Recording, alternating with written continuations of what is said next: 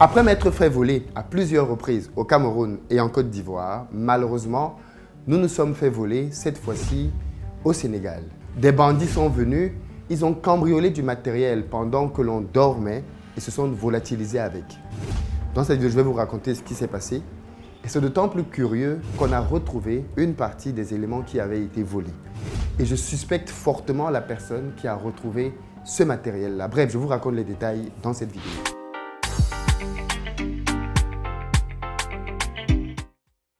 Salut à toi, bienvenue sur ma chaîne, moi c'est Philippe Simo. Ici je te parle de business parce que c'est avec ça qu'on va développer notre continent. Donc si ça t'intéresse, tu t'abonnes et tu partages les vidéos. Si comme moi vous voulez lancer des business pertinents sur le continent africain, Cameroun, Côte d'Ivoire, Sénégal et ailleurs, je vous invite à participer à Back to Africa, l'événement que j'organise les 28 et 29 septembre au Palais des Congrès, au cours duquel j'invite plusieurs entrepreneurs qui font des choses concrètes sur le continent, qui gagnent de l'argent, afin qu'ils vous expliquent comment ils y parviennent. Cette année, vous allez avoir des gens comme Aziz Ndiaye qui vit en Suisse, mais qui s'en sort avec l'import-export de fruits. Cette année, par exemple, nous allons avoir des gens comme Pathé Diallo qui fait de la promotion immobilière de haut standing, voire de luxe, qui viendra vous expliquer comment vous pouvez réussir une opération de promotion immobilière. Nous avons des gens comme Ibrahim Assila qui lui est dans le transport et qui s'est lancé en partant de 50 €, mais surtout qui a développé son empire aujourd'hui sans crédit. Il viendra vous expliquer comment vous lancer en Afrique avec un petit budget et sans crédit. Nous avons des gens comme Yann Amo en Côte d'Ivoire qui fait de l'immobilier et qui met à disposition des terrains à bas coût, qui viendra à Back to Africa vous proposer des terrains en Côte d'Ivoire à des prix défiant toute concurrence. Nous avons des gens comme Laetitia Chaud qui est spécialiste de la gestion des finances, qui viendra vous partager ses meilleures techniques et astuces afin de vous permettre de placer votre argent, peu importe votre salaire, là où vous pouvez avoir de bonnes rentabilités. Nous avons bien évidemment mon mentor Bertin Thiofo qui viendra vous parler d'industrie, où trouver les bons fournisseurs, avec quel budget et surtout comment vous lancer rapidement. Bref les amis, le panel d'invités cette année est juste exceptionnel. Il y en a plusieurs autres qui sont des hommes de terrain et qui viendront vous expliquer comment vous aussi, vous pouvez vous lancer même sans vivre en Afrique. Parce qu'il faut le dire, venir investir en Afrique, ce n'est pas un long fleuve tranquille. Et je pense que ceux qui me suivent savent que je n'hésite pas à partager sur mes déboires. Je vous raconte quotidiennement les choses qui vont bien, mais aussi les choses qui vont mal. Et aujourd'hui, je vais vous parler d'une chose qui va mal, c'est le vol. Malheureusement, dans nos pays, beaucoup trop de jeunes s'adonnent au vol, peut-être à cause de la pauvreté, peut-être parce qu'ils n'ont pas, d'après eux, des opportunités. Je ne peux bien évidemment pas pardonner le vol. Je n'ai aucune pitié vis-à-vis du vol. Mais je me dis, c'est peut-être le contexte que certains trouvent pour justifier leurs méfaits. Vous le savez, je me suis fait voler à plusieurs reprises au Cameroun, que ce soit mon sac à dos dans lequel il y avait mon ordinateur et tous mes éléments qui avaient été volés en cassant la voiture parce que le sac était dans le véhicule. Ils ont cassé une des vitres arrière du véhicule pour retirer le sac. Que ce soit en Côte d'Ivoire, des caméras avec lesquelles on travaille ou même encore de l'argent qui a été volé. Bref, les scènes de vol, on en a connu et on a essayé de se prémunir contre cela. C'est peut-être pour ça qu'on est moins volé au Cameroun et en Côte d'Ivoire. Par contre, au Sénégal, on n'avait jamais été volé. Il faut dire que quand on vient au Sénégal, c'est pour de courts séjours. Là, on est venu pour à peu près 3 semaines pour travailler, mettre en évidence ce que font les entrepreneurs au Sénégal, parler de ce beau et magnifique pays. Et bien évidemment, dans ces conditions-là, on essaye de prendre des logements dans des endroits assez sécurisés. En tout cas, c'est ce qu'on croyait. Dans le cadre de ce séjour, je suis venu avec mes équipes pour pouvoir travailler, notamment les équipes de montage vidéo, pour pouvoir, comme je disais, filmer, monter et diffuser des vidéos directement. On est logé à 2 endroits parce qu'on est nombreux et le vol a été commis là où l'un des monteurs vidéo réside. Il vit dans une sorte de résidence dans laquelle il a sa propre chambre et ce qui est particulier avec l'endroit où il vit, c'est qu'il a un accès unique à la pièce qui lui sert de pièce de vie, dans laquelle il dort, dans laquelle il se repose, ainsi de suite. Il y a de cela quelques jours, le matin, quand on l'attend pour aller faire un tournage, il me contacte en me disant qu'il s'est fait voler, il s'est fait cambrioler cette nuit. Et bien évidemment, je suis choqué parce que je me dis, mais comment c'est possible que tu te sois fait cambrioler? Tu vis dans une résidence surveillée, il y a un vigile dans cette résidence. Comment tu t'es fait cambrioler? Il explique qu'il ne sait pas parce qu'en réalité, il a dormi très tard, il a dormi vers 2 h du matin. Et que quand il s'est réveillé le matin, il s'est rendu compte que l'ordinateur de montage avait disparu, que son téléphone avait disparu, bref, qu'il y avait du matériel qui avait disparu. Et le plus inquiétant même, c'est qu'il y avait sa sacoche dans laquelle il y avait un peu d'argent, mais surtout son passeport, sa carte d'identité, ainsi de suite, ses documents officiels. Et là, bien évidemment, c'est un peu stressant parce que tu te dis, bon, s'il n'a pas son passeport, ça peut être compliqué pour lui de retourner en Côte d'Ivoire. Il faut donc tout de suite, parce qu'il est ivoirien, il faut tout de suite se mobiliser, aller porter plainte, aller ensuite à l'ambassade de Côte d'Ivoire pour signaler le cas et bien évidemment essayer d'obtenir peut-être un laissez-passer.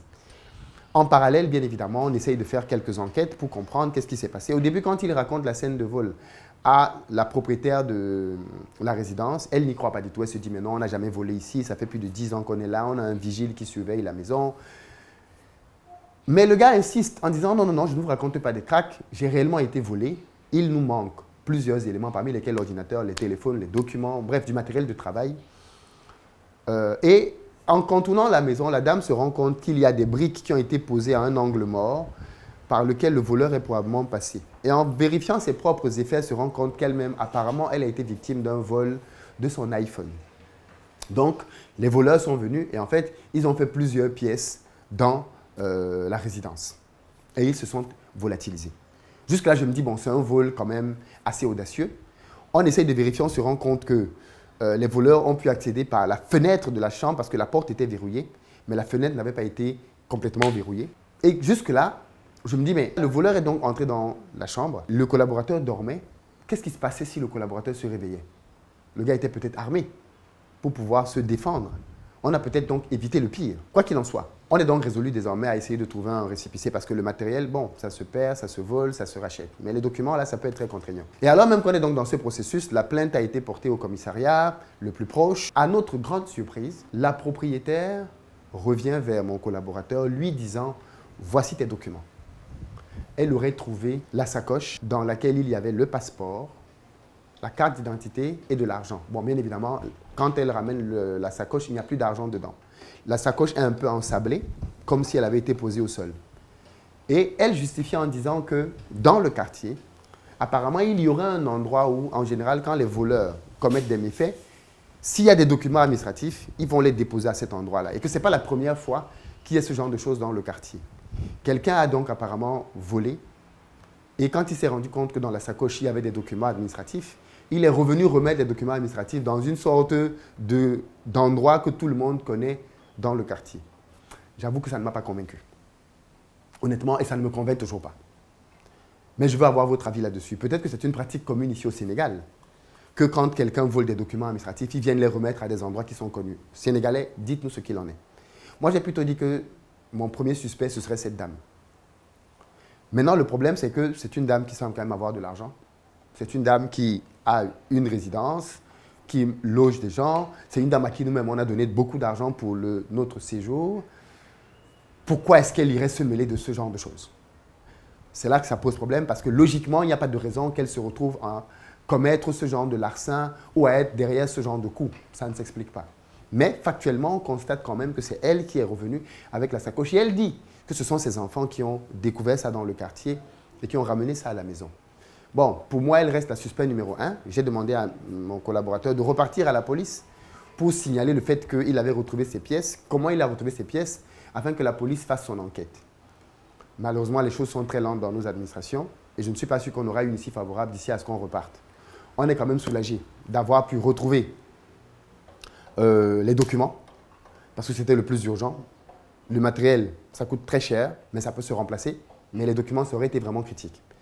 Mais ça m'a quand même intrigué et j'ai voulu savoir cette histoire de dire que des voleurs prennent du matériel, vont le déposer à des endroits. Est-ce que c'est vrai? Est-ce que c'est une expérience que vous avez vécue? Ou alors, comment devrais-je analyser la situation? Est-ce que vous pensez comme moi que cette dame-là doit savoir des choses qu'elle doit nous dire? Si oui, comment justifier la perte de son téléphone à elle-même? Est-ce que c'est une fausse perte? Sinon, de l'autre côté, comment expliquer donc que cette dame-là puisse elle-même se prévaloir d'un certain nombre de pertes? C'est une histoire un peu complexe. Bref, dans tous les cas, qu'est-ce que vous en pensez, vous? Assez déçu, bien évidemment, d'avoir été volé de cette manière-là. Le Sénégal, autrefois, était un pays, de ce que j'ai compris, très sécure, mais ces dernières années, il y a eu des pics de délinquance qui sont de plus en plus marqués et avec une recrudescence des vols. Bon, c'est un fait, c'est une réalité. J'ai tenu à vous la partager. C'est comme ça que les choses se passent. Qu'est-ce que ça vous inspire? Dans les commentaires, j'ai hâte de vous lire. Est-ce qu'il y a des endroits où on peut retrouver le matériel? Parce qu'on nous a dit que quand les gens volent ce genre de matériel, téléphone, ordinateur, ainsi de suite, il y a des marchés noirs ici, là où ils vont les revendre. Donc, est-ce que vous savez où ça peut se revendre? À ce moment-là, on ira là-bas pour essayer de trouver les équipements, faire intervenir la police, bien évidemment, pour attraper le receleur. Parce que celui qui vole, c'est pour aller, bien évidemment, donner ça quelque part pour avoir un peu d'argent. Parce qu'en plus, ils volent du matériel dont ils n'ont même pas connaissance de la véritable valeur. Dites-moi ce que vous en pensez, vous, dans les commentaires. Mais bon, moi, ça me désole profondément d'être victime de vol, même jusqu'à Dakar. Mais bon, c'est la réalité de l'entrepreneuriat. Il faut investir dans la sécurité, partout où vous êtes, même quand vous êtes de passage. Il faut investir dans la sécurité. On va être beaucoup plus prudent les prochaines fois, en espérant que ce genre de scène ne se reproduise pas. Peace. Pour ceux d'entre vous qui veulent faire du business en Afrique comme moi et développer des revenus, vous devez absolument être à Back to Africa, l'événement que j'organise à Paris les 28 et 29 septembre prochains au Palais des Congrès. Il s'agit d'un événement au cours duquel je vais vous partager tous les business que vous pouvez lancer en Afrique tout en vivant en Europe.